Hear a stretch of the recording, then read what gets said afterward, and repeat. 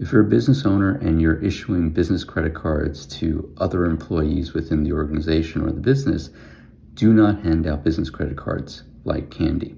You need to make sure that when you distribute business credit cards, that those cards are going to individuals that have a business need.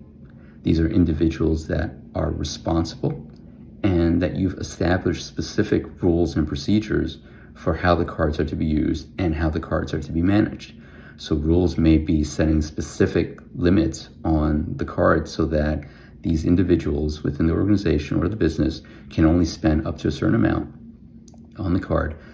And also to, go through a process of letting them know this is what typically can be purchased. So let's say you have account people or sales reps that have to travel a lot. You may have to set specific ground rules as to what they can spend with the card associated with those travel expenses so that you're not incurring expenses that are unnecessary.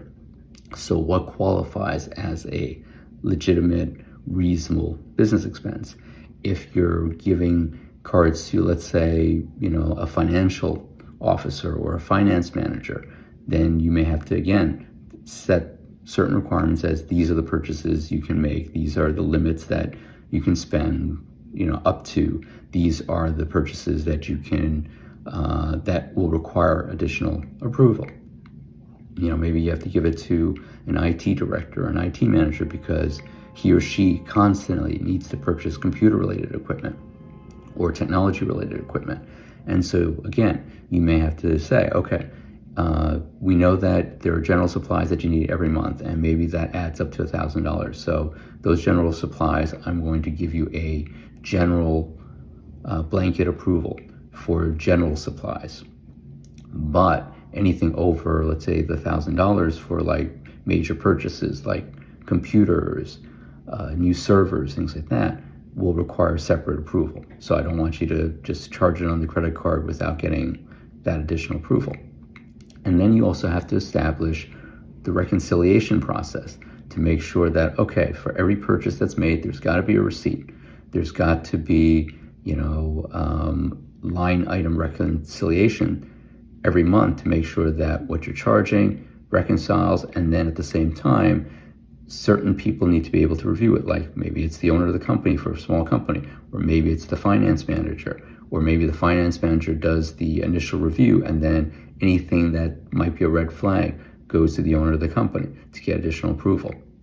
So you have to really set specific ground rules when it comes to employee issued cards so that there's no excessive spending. There's no situation that's going to, create chaos or concern down the road where there's overspending or, it's just out of control spending, or there's no reconciliation.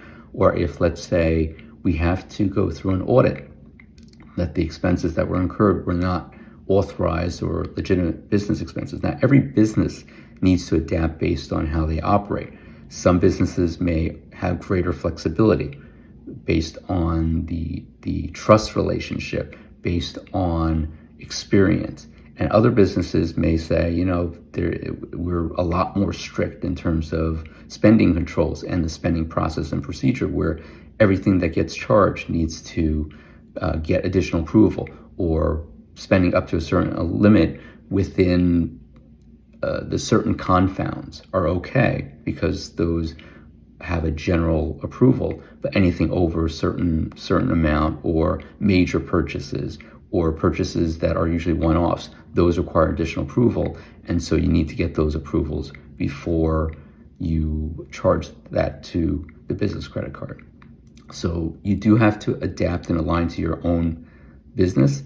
But again, the main point here is don't just hand out cards to everyone and anyone who you think may need one. Focus on those individuals who absolutely have a business reason for it, are going to be responsible, and make sure you establish proper ground rules and procedures for using and subsequently reconciling the charges on those cards.